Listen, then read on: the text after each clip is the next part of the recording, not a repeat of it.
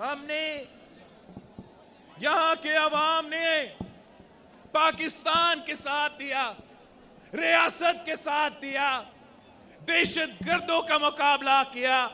یہاں کا پولیس نے, یہاں کا فوج نے, یہاں کا عام آدمی نے, یہاں کا بچوں نے قربانی بھی دی ہے. ہم جانتے ہیں اپنا سرزمین کا تحفظ کیسا کیا جاتا ہے. ہم ان کٹ پتلیوں کو اجازت نہیں دیں گے, ان کٹ پتلیوں کو اجازت نہیں دیں گے کہ پھر سے یہ سلسلہ شروع کیا جائے.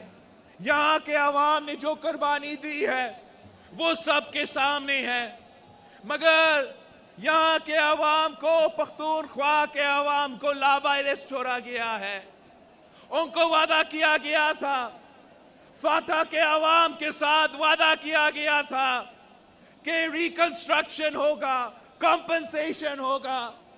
جو دکانیں, جو مکان دہشت گردوں نے تباہ کیے, آپریشنز میں تباہ ہوئے, ان کو ہم پھر سے بنائیں گے, ان خاندانوں کو ہم کمپنسیشن دیں گے. مگر افسوس کے ساتھ کہنا پڑ رہا ہے, افسوس کے ساتھ کہنا پڑ رہا ہے کہ آج بھی ہم پختونخوا کے بجٹ میں کٹوتی کرتے ہیں, فاتح کے بجٹ میں کٹوتی کرتے ہیں. ان کو کمپنسیشن نہیں دیتے, ان کا سودا کا کمپنسیشن نہیں دیتے, ان کا دکانوں کا کمپنسیشن نہیں دیتے. یہ پاکستان پیپلز پارٹی کا وعدہ ہے, یہ پی ڈی ایم کا وعدہ ہے کہ ہم پختونخوا کے عوام کو لاوارث نہیں چھوڑ سکتے. ہم پختونخوا کے عوام کو اکیلا نہیں چھوڑیں گے. ہم انشاءاللہ تعالی نہ صرف کمپنسیشن دیں گے, مگر ان سے جو نہ ہو سکا, انہوں نے اب تک وہ آئی ڈی پیز جو آپریشن میں بے گھر ہوئے ان کا خیال نہیں رکھا گیا. یہ کس قسم کا سلوک ہے کہ جب جنگ لڑنے کے وقت ہوتا ہے تو یہاں کے عوام آپ کا شانہ بشانہ کھڑے ہوتے ہیں, جان دینے تک تیار ہوتے ہیں, مگر آپریشن کے بعد جب کام کرنے کے وقت آتا ہے, جب یہاں کے عوام کے مسائل حل کرنے کے وقت آتا ہے تو وہ اپنے آپ کو اکیلا محسوس کرتے ہیں. لیکن اب اگر ہم دیکھتے ہیں تو ایسے نظر آ رہا ہے کہ کاغذی سطح پر تو ضم ہوا ہے, مگر فاتح کو, سابق قبائلی علاقوں کو اب بھی ان کا حق نہیں دیا جا رہا ہے. اب بھی باقی پاکستان کے عوام کے لیے وہ وہاں جانے کا اجازت نہیں لے سکتے. آج بھی لاپتہ افراد کی تعداد میں اضافہ ہوتا جا رہا ہے. آج بھی ایک قانونی بلیک ہول, یہ جو آپ کا انٹرنمنٹ سینٹرز ہے ان کا سلسلہ چل رہا ہے. جسٹس وقار سیٹھ صاحب نے جو کورونا میں فوت ہو چکا تھا, اس نے انٹرنمنٹ سینٹرز کے بارے میں بھی کہا تھا, عدالت کی طرف سے حکم بھی آیا تھا کہ ان انٹرنمنٹ سینٹرز کو پولیس کے حوالے کیا جائے. افسوس کے ساتھ کہنا پڑ رہا ہے کہ آج تک ہم نے وہ قدم نہیں اٹھایا. ہم جسٹس وقار سیٹھ صاحب کو سلام پیش کرتے ہیں کہ اس ملک میں اس قسم کے غیرت مند اور بہادر ججز بھی ہیں جن کے قلم سے انصاف لکھا جاتا ہے, جن میں ہمت ہے کہ وہ آمر کے خلاف بھی سزا دے. ہم چیف جسٹس وقار سیٹھ صاحب کو سلام پیش کرتے ہیں. ساتھیوں, جو اس سلیکٹڈ حکومت نے پاکستان کا معیشت کے ساتھ کیا ہے, یہاں کا معیشت کے ساتھ کیا ہے, وہ بھی آپ سب کے سامنے ہے. تاریخی مہنگائی ہے, تاریخی غربت ہے, تاریخی بے روزگاری ہے. سلیکٹڈ کا بوجھ عام آدمی اٹھا رہا ہے. ان کی وجہ سے, ان کی نالائکی کی وجہ سے پہلے چینی کا بحران ہوا, پھر آٹا کا بحران ہوا, پھر تیل کا بحران ہوا, اور اب آپ دیکھیں گیس کا بھی بحران ہوگا. ان کا نالائکی کا بوجھ بھی پاکستان کے عوام اٹھا رہے ہیں اپنا بجلی کے بل میں، اپنا گیس کے بل میں، اپنا کھانے پینے کے اشیاء کا بل میں آپ اس نالائق، نااہل اور سلیکٹڈ کی حکومت کا بوجھ اٹھا رہے ہیں، اور ان کا ظلم وہاں نہیں رکتا، ان کا ظلم وہاں نہیں رکتا۔ جو NFC ایوارڈ ہے، جو آپ کا وسائل پہ حق ہے، جو آپ پہ پیسہ کا شیئر ہے، باقی صوبوں کی طرح پختونخوا کا حصہ پہ بھی ڈاکہ ڈالا جا رہا ہے۔ پختونخوا کو ان کا صحیح شیئر نہیں دیا جا رہا ہے۔ FBR کا نالائکی کی وجہ سے 160 بلین روپیز پختونخوا کے بجٹ سے کم کیا گیا ہے، پختونخوا کے عوام کو نہیں دیا گیا ہے۔ آپ ذرا سوچیں، 160 بلین روپیز، ہم اس کے ساتھ کیا کیا کر سکتے تھے؟ پشاور میں پشاور کے نوجوانوں کو کتنا روزگار دلوا سکتے تھے، کتنا تعلیمی اور صحت کے ادارہ کھڑا کر سکتے تھے، مگر باقی صوبوں کی طرح یہ نالائق اور سلیکٹڈ حکومت آپ کے وسائل پہ ڈاکہ ڈال رہے ہیں، آپ کو اپنا صحیح شیئر نہیں دیا جا رہا۔ یہ وہی لوگ ہیں، وہی حکومت ہے جو سی پیک کی آلٹرنیٹ روٹ کی بات کرتی تھی۔ جب حکومت میں نہیں تھے تو پیپلز پارٹی کے ساتھ دیتے تھے کہ سی پیک تو پسماندہ علاقوں کے لیے ہے، یہاں کے غریب عوام کو کیوں نہیں فائدہ دیا جا رہا۔ لیکن جب سے وہ حکومت میں آئے ہیں، سی پیک کا جو آلٹرنیٹیو روٹ ہے، جو گلگت سے ہو کے چترال اور دھیر تک اور چکدارا تک پہنچ جاتا ہے، اس پہ کوئی کام نہیں کیا جا رہا ہے، یہاں کے عوام کو اس کا بھی فائدہ نہیں دیا جا رہا ہے۔ آپ کا جو کروڈ آئل کا پروڈکشن ہے، وہ پورا پاکستان میں سب سے زیادہ پروڈیوس آپ کرتے ہو۔ اگر ایک دن میں 90,000 بیرلز پروڈیوس ہوتے ہیں تو پختونخوا اس میں 50,000 بیرلز پروڈیوس کرتے ہیں، مگر پھر بھی آپ کو آپ کا حق نہیں دیا جاتا، آپ کو اپنا رویلٹی نہیں دیا جاتا۔ ویسے ہی جو آپ کا گیس پروڈکشن ہے، وہ بھی آپ کا کنزمپشن سے زیادہ ہے، مگر اس میں بھی آپ کو اپنا حصہ نہیں دیا جاتا۔ ہر جگہ پہ، ہر طرف سے یہ نالائق حکومت آپ کے حق پہ ڈاکہ ڈالتا ہے۔ یہ ظالم حکومت آپ کے جیب پہ ڈاکہ ڈال رہا ہے، آپ کو اپنا وسائل نہیں دیا جا رہا، خود کو آپ کے نمائندے کہلواتے ہیں، مگر اگر آپ کے نمائندے ہیں تو آپ کو آپ کا گیس کی رائلٹی کیوں نہیں ملتی، آپ کا کروڈ آئل کی رائلٹی کیوں نہیں ملتی، آپ کا ہائیڈل پاور کا رائلٹی کیوں نہیں ملتی؟ وہ اس لیے کہ یہ پختونخوا کے نمائندے نہیں ہیں، یہ پختونخوا کے عوام کے نمائندے نہیں ہیں۔ یہ اگر نمائندے ہیں تو اپنے سلیکٹرز کے نمائندے ہیں۔ عوام کو کچھ نہیں دیا جاتا، عوام کا کوئی مدد نہیں کیا جاتا۔ انہوں نے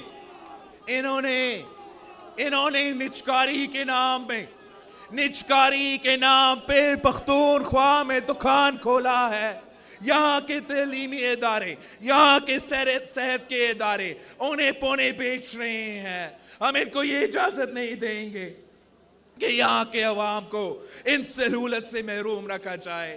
ہمیں تو کووڈ کا طعنہ دیتے ہیں، کرونا پہ ڈرانا چاہتے ہیں، مگر وہ صرف ہمارے جلسے روکنے کے لیے، ہمارا آپ کا احتجاج روکنے کے لیے اس وقت ان کو کرونا یاد آتا ہے، لیکن جب یہاں کے ڈاکٹرز، یہاں کے نرسز کے تنخواہ میں اضافہ کی بات ہوتی ہے تو تب وہ کووڈ بھول جاتے ہیں۔ جب رسک الاؤنس کی بات ہوتی ہے تو پھر کرونا بھول جاتے ہیں۔ جب یہاں کے ہاسپٹلز کے ملازمین کو ریگولرائز کرنے کی بات آتی ہے تو تب ان کو کووڈ بھول جاتا ہے۔ وہ اگر یاد کرتے ہیں تو صرف PDM کے جلسے کے دوران یاد کرتے ہیں۔ ہم جانتے ہیں کہ ہمیں نہ صرف اس وبا کا مقابلہ کرنا پڑے گا، مگر اس غیر جمہوری نظام کا بھی مقابلہ کرنا پڑے گا جو یہاں کے عوام کے حقوق پہ ڈاکہ ڈالتے ہیں، جو وہاں کے عوام کو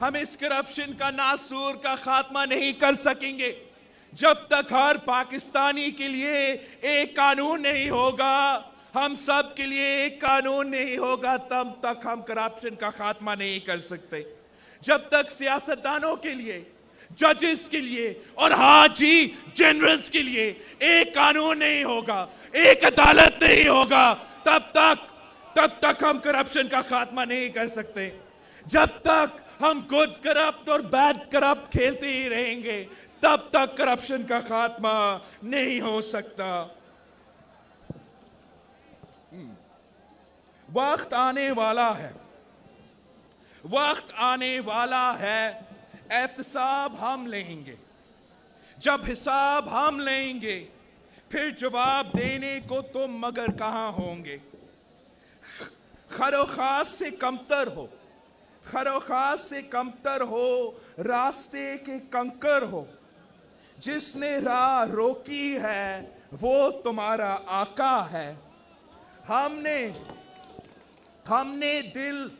نے دل میں ٹھانی ہے، ہم نے دل میں ٹھانی ہے، راہ صاف کر دیں گے، تم تو صرف نوکر ہو، تم کو معاف کر دیں گے۔ ان کا نوکر کا حکومت مسلط کرنا، یہاں میں اپنا نوکر کا حکومت مسلط کرنا، پنجاب میں اپنے نوکروں کا حکومت مسلط کرنا، بلوچستان میں اپنا نوکروں کا حکومت مسلط کرنا، وفاق میں اپنے نوکروں کا حکومت مسلط کرنا، اور آج اب گلگت بلتستان میں اپنا نوکروں کا حکومت نافذ کرنے میں اس ملک کے ساتھ کیا کیا گیا ہے۔ اب نہ عوام آزاد ہے، نہ سیاست آزاد ہے، نہ عدالت آزاد ہے، نہ صحافت آزاد ہے، جمہوریت کا جنازہ نکالا گیا ہے، انسانی حقوق تو ختم ہی ہو چکے ہیں، فورن پالیسی میں ہمارے سب سے پرانا دوست بھی ہمیں بھول چکے ہیں، معیشت کو تو تباہ کر چکے ہیں۔ اب ان کو عوام کے فیصلے کو ماننا پڑے گا، عوام کا رائے چلے گا، آپ کا رائے چلے گا، نہ پنڈی کا رائے چلے گا، نہ پارا کا رائے چلے گا۔ اگر فیصلہ کریں گے، آپ فیصلہ کریں گے، پاکستان کے عوام فیصلہ کریں گے، پاکستان کے عوام فیصلہ کریں گے کہ اس ملک میں حکمرانی کون کرے گی، پاکستان کی عوام فیصلہ کریں گے کہ اس ملک کی معیشت کیسا چلے گی، اور پاکستان کی عوام یہ فیصلہ کریں گے کہ اس ملک کی فورن پالیسی کیسے چلے گی۔